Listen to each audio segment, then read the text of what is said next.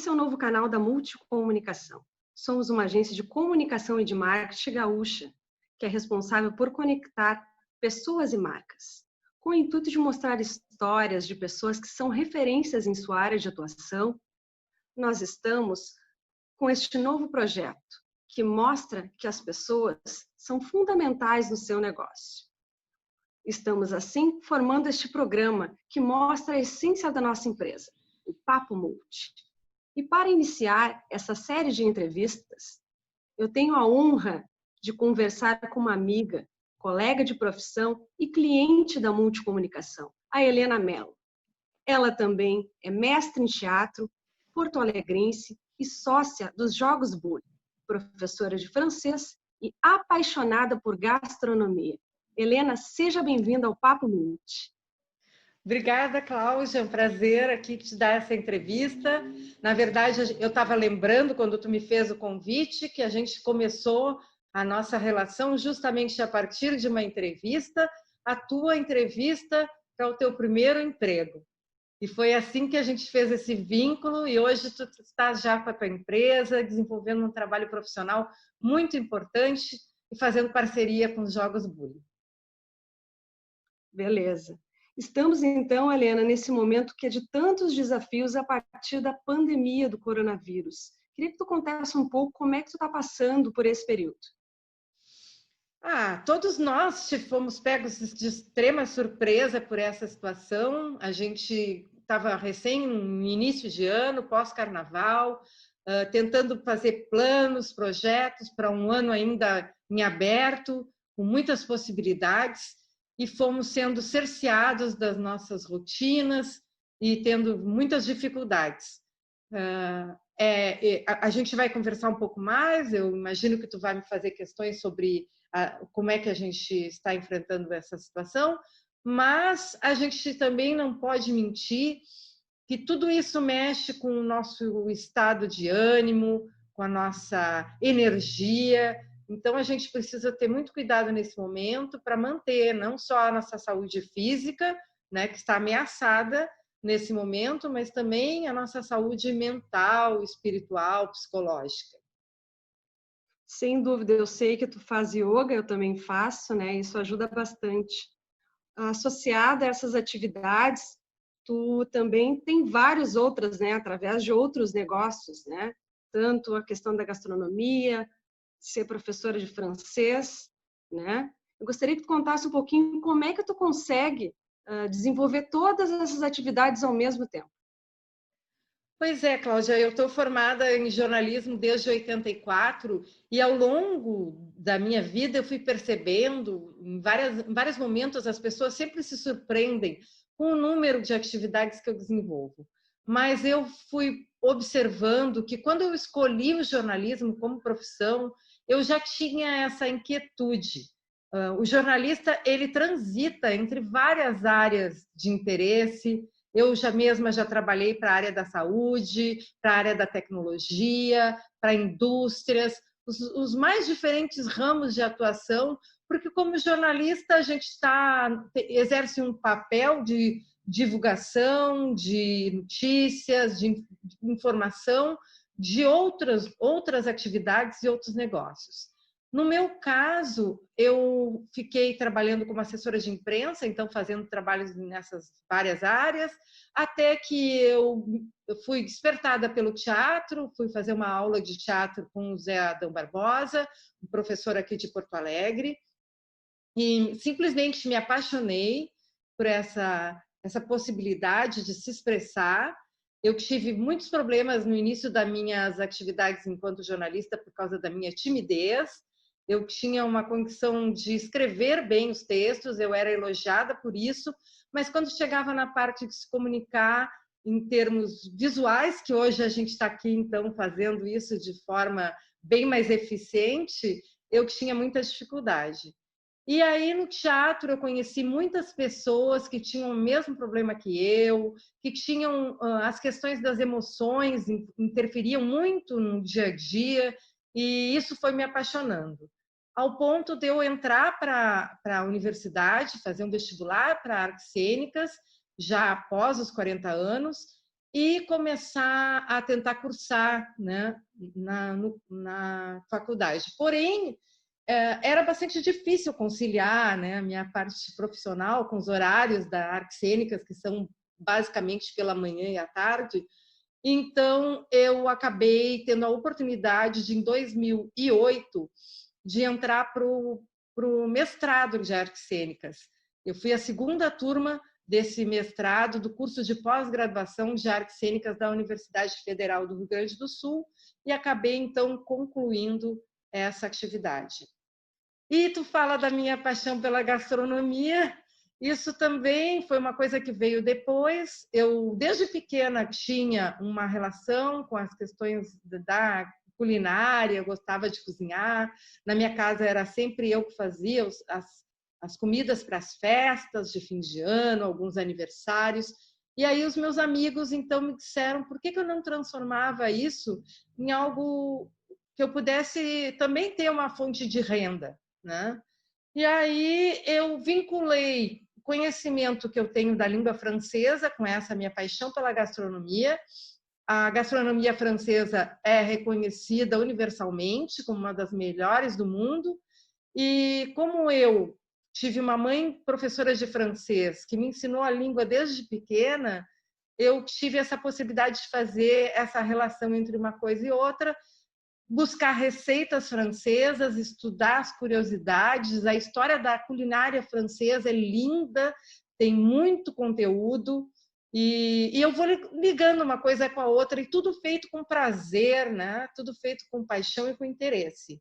Eu acho que é isso que me dá energia. A questão dos jogos bully também é uma paixão de família, né?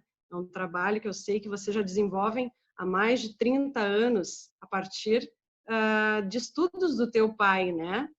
E eu sei que nesse período agora do isolamento social, temos um projeto muito especial que foi desenvolvido, né, através de um e-book e de cartinhas da série Roxa, que foram distribuídas gratuitamente para instituições, também para auxiliar estudantes e também as famílias. Como é que surgiu essa ideia e como é que têm sido os resultados? Bom, o pai, ele já vinha desenvolvendo esse trabalho de aproximação das crianças com a matemática. Ele não conseguia aceitar que as crianças tivessem dificuldade ou não gostassem da matemática, e ele descobriu em sala de aula que o problema das crianças não era o conteúdo, mas era aprender a pensar. Então, ele foi fazer uma pesquisa bastante intensa sobre lógica matemática, descobriu esse lógico chamado George Boole, que é uma pessoa, um gênio do século XIX. Ele nasceu em 1800 e pouco e era autodidata, de uma família muito humilde, e acabou sendo um dos primeiros professores de uma universidade na Irlanda, porque ele desenvolveu a álgebra booleana, uma linguagem matemática que tornava possível a comunicação. Bom, o pai se apaixonou por ele nesse sentido dos conhecimentos, né, dessa ciência, e começou a aplicar em sala de aula. E a minha mãe, que era professora de francês, viu que tinha bons resultados, começou a fazer histórias em francês, utilizando as mesmas características, o mesmo projeto do pai, que utilizava a lógica matemática. E numa ocasião específica, em 1988, eles tiveram, a mãe resolveu escrever o projeto deles, de sala de aula, num congresso que ia acontecer na Grécia. Mas era um congresso organizado pela França. Professores de francês se encontrariam na Grécia e em Tessalônica e fariam demonstrações de novas formas de ensino. E eles foram aceitos para ir até lá, e lá nesse momento, numa sala, né, na Universidade de Aristóteles, cerca de 60 professores de todo o mundo, em que a única coisa em comum era a língua francesa, tiveram um interesse profundo pelo projeto. Queriam algum material, queriam informações, né, de como aplicar nos seus países de origem, e eles não tinham nada, nem meu pai nem minha mãe. Eles trabalhavam de forma bem artesanal naquela ocasião. Mas eu aqui em Porto Alegre já estava trabalhando com publicações, já trabalhava numa empresa de publicações e revistas, na verdade um pouco depois, né? Mas eu comecei então a ajudar a desenvolver o material que a gente tem hoje, trabalha hoje em diversos locais do país. Bem, mas a gente trabalha basicamente fazendo oficinas práticas presenciais com vinculados às secretarias de educação e a outras instituições de ensino. E isso acabou sendo interditado pela pandemia. Num primeiro momento, a gente se sente um tanto paralisado, sem muita alternativa. Achávamos que devíamos aguardar o retorno das atividades presenciais. Era uma situação bastante que desequilibrava bastante todos nós. No entanto, eu comecei a pensar o que eu poderia fazer de forma virtual para permitir que esse trabalho continuasse sem saber o prazo em que a gente poderia retornar às atividades presenciais. Criei, então, essas histórias lógicas, fiz uma adaptação de um dos livros que o pai já tinha elaborado, com as cartinhas. Tu já estava vindo fazer, né, a nossa assessoria, a gente já estava em tratativas para um trabalho para o ano todo de 2020, e isso também me deu um impulso. Eu acho que é importante as pessoas perceberem que a gente ser assessorado faz muita diferença, porque vendo o interesse, né, a tentativa de continuar de alguma forma, em vez da gente se paralisar, a gente se motiva. E aí eu me motivei, então, a fazer isso e liberar gratuitamente esses jogos, né? São histórias lógicas que desenvolvem o raciocínio, e a gente agora conseguiu colocar essas oficinas de forma virtual. Tu tem participado ativamente disso, o que nos permitiu que a distância não nos atrapalhasse mais. Então, se até então ficava extremamente difícil a gente fazer uma oficina em Ceará, a gente agora marca uma reunião e, através de um link, a gente consegue acessar esses educadores que também estão aflitos com a situação atual e precisam dar andamento para suas atividades. E a gente, então, tem aproveitado. Acho que a gente tem que se mover nesse sentido. Acho importante a gente acrescentar, então, que no primeiro momento a opção foi em fazer oficinas de forma gratuita, né? O pessoal comprou a ideia, né? Foi bem positivo, e agora entramos, então, numa segunda fase, que o objetivo é também proporcionar, então, que o pessoal conheça mais sobre os jogos Bully, né? E que possa participar de oficinas de forma online.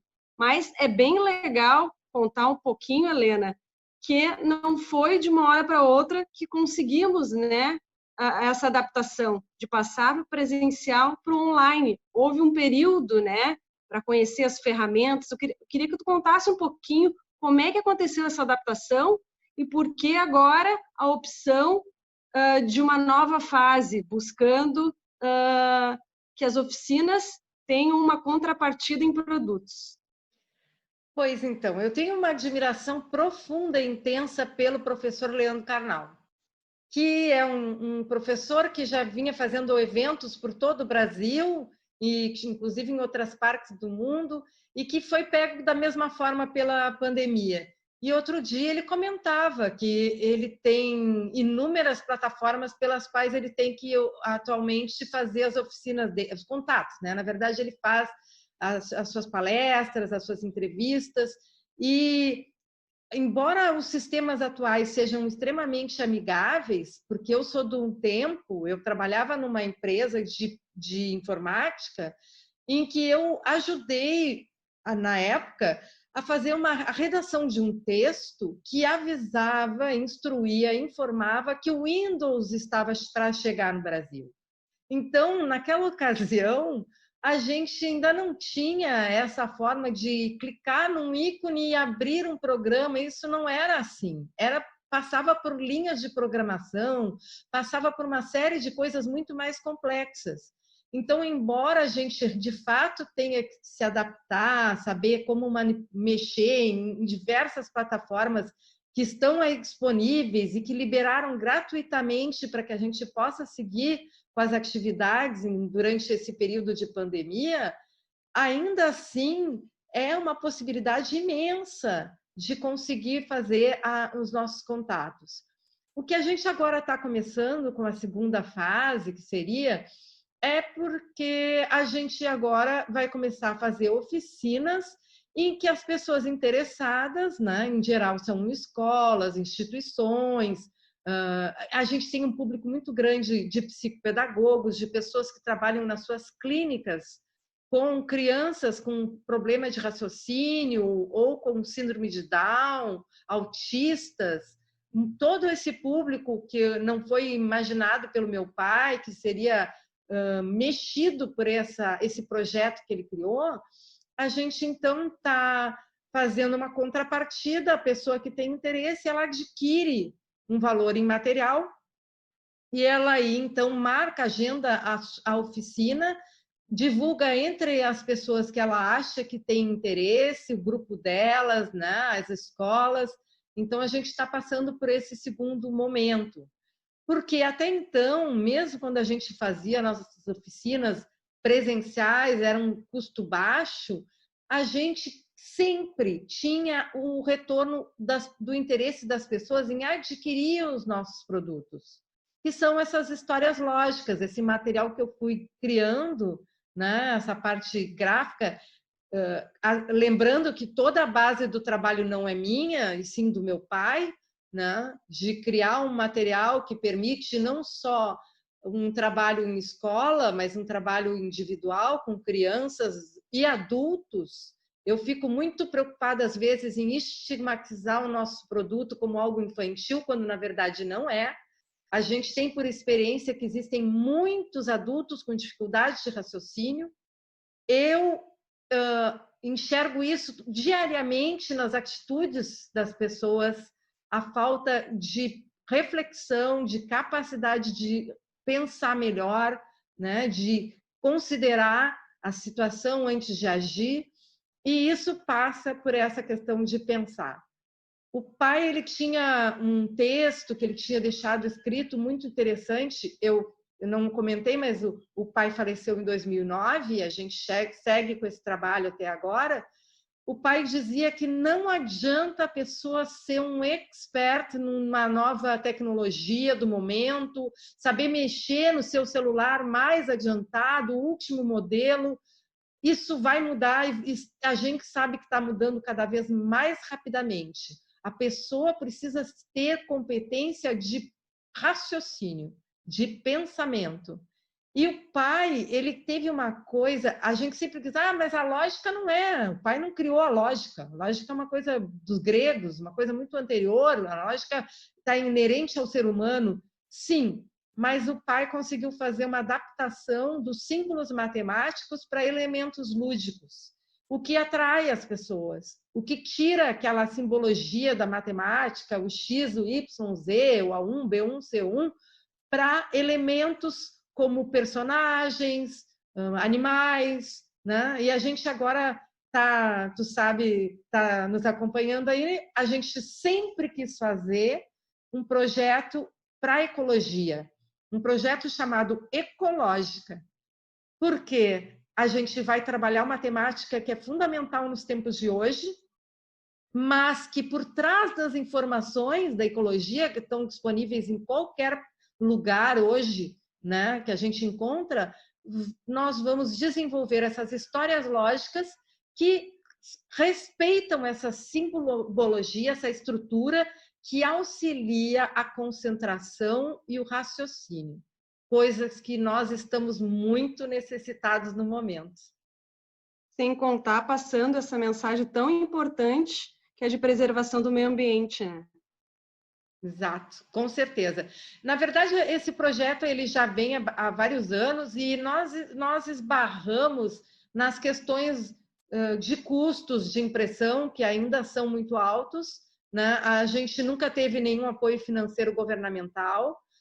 Nós trabalhamos dessa forma, lembrando que a Jogos Bully hoje é uma empresa, mas vocês podem ver que pela história começou em sala de aula, com 2 educadores aqui de Porto Alegre, do Rio Grande do Sul, mas o que nos incentivou a continuar foi essa aceitação internacional. Depois dessa primeira ida, o pai e a mãe tiveram ainda a oportunidade de retornar à França, porque quando eles foram à Grécia, na volta eles ficaram 2 semanas em Paris, como a mãe gosta de falar, o governo pagou essas 2 semanas para eles ficarem lá, sinal que eles estavam valorizando de fato o trabalho, e depois eles conseguiram novamente um outro convite, voltaram à França, e a mãe, quando foi fazer uma bolsa, né, também recebeu uma bolsa de estudos no Quebec, eles foram a Laval fazer a apresentação desse trabalho para um professor de matemática chamado Claude Golan, é um professor famoso também no mundo inteiro pelo seu trabalho, e ele analisou o trabalho do pai com muita parcimônia, e ele disse, olha, a lógica existe há séculos, mas a lógica aliada a elementos concretos, dessa forma lúdica, como eu estou vendo aqui, eu nunca tinha visto antes. Então, isso foi muito importante. Fora o retorno que a gente tem diariamente de professores, de pais, de alunos, que dizem que são mais de 30 anos, né, de trabalho, então a gente tem muito retorno de crianças que hoje já são professores em escolas e que aplicam os jogos Bully nas suas salas de aula. E um amor muito grande por esse projeto de toda a família Mello. Queria só aproveitar o nome do criador, é Procópio Mello. Tu comentou meu pai, mas não falamos no nome. E a tua mãe ainda, que atua, né, há tanto tempo, a dona Dora Mello. Tá? E, Helena, para fechar, então, queria que tu pudesse pensar e nos colocar um pouquinho quais são as experiências, quais são os aprendizados que tu está tendo de todo esse período de desafios de isolamento social. Como é que tu te vê, de repente, em 2021? Como é que vai ser a Helena? Vai ser uma Helena diferente? Ou, de repente, um pouquinho mais adiante? Não, eu acho que a gente está passando por situações adversas, muito intensas. A gente, para continuar aqui, dando entrevista, fazendo oficinas, a gente precisa de um certo distanciamento do que está acontecendo no nosso país, né? Não só em termos de saúde, mas de política, mas sempre foi assim, né? A gente trabalhou sempre de forma independente, sempre acreditando em poder fazer uma mudança para melhor, mesmo que pequena, né? Mesmo que num núcleo menor, mas de importância e de significação. Ninguém está bem, eu digo o tempo todo isso, né? A gente não pode, tu está bem, está feliz, não, eu não. A gente tem momentos em que a gente compartilha coisas boas, em que a gente se reforça e que a gente se sente melhor, né? E consegue também encontrar os seus iguais, como diz um amigo meu. E eu tenho procurado muito criar esses momentos, abrir esses espaços. São 3 meses que eu estou aqui, tu falasse sobre a mãe, né, a Dora Mello, minha mãe, professora de francês, ela é simplesmente apaixonada por esse projeto, assim como sempre foi pela França, pela língua francesa, né? Os Jogos Bully hoje ela trabalha atuando intensamente no contato com os clientes, na questão dos materiais, nas distribuições, ela é incansável. Ela também nos motiva muito nessa situação, ela está com 86 anos, e eu estou com ela, confinada, a gente já fez mais de 3 meses, eu realmente não saio, eu resolvi não sair nem para fazer compras, nem farmácia, eu peço tudo online, tomo todos os cuidados necessários na recepção desses produtos, no atendimento dessas pessoas, procurando fazer com que eu não estimule nem a saída do motoboy, que tem que me trazer os produtos aqui. Mas é curioso e interessante tu me perguntares isso, porque o fato de eu ter, num primeiro momento, sofrido um impacto e ficar meio sem rumo, meio sem saber como levar adiante um projeto que era feito assim, tão presencialmente e aos poucos, sem desanimar e achando outros caminhos, é o que eu tenho dito para todo mundo. Que não fique batendo cabeça, insistindo que as coisas têm que voltar, que tem que sair para a rua agora. Não, as pessoas são extremamente criativas. A gente falou rapidamente sobre essa questão do meu conhecimento de teatro. É uma das áreas mais atingidas nesse momento, né? Mas essas pessoas das artes, elas são tão criativas, elas têm uma capacidade tão incrível, tão mágica, que mostram o quanto o ser humano é fantástico. Então, a gente tem que ser inteligente o suficiente para aceitar essa restrição. E eu, respondendo a tua pergunta, eu ainda não sei quem vou ser em 2021, mas eu sou uma eterna otimista, eu acredito que vão acontecer mudanças, sim. A gente está olhando mais para as pessoas necessitadas, assim como está olhando também mais para as pessoas que sempre exploraram esse país, né, de forma inescrupulosa. Então, eu acho que a gente vai ter como se posicionar melhor em relação a isso. E no meu âmbito particular, eu vi que eu consigo achar brechas, que eu consigo achar uma outra forma. No momento que, ao invés de ficar apenas sofrendo com as restrições, eu parei, pensei, tu falaste na yoga no início, né? E a gente pensa, respira e diz, não, mas o que eu posso fazer com isso aqui? O que me permite? Eu vi, por exemplo, essa possibilidade incrível de ter gente de Pernambuco, de Salvador, de tantas áreas do Brasil, nos dando um retorno incrível, elogiando muito o trabalho, fazendo questão, né, de participar de alguma forma dessa nossa ação em prol da educação.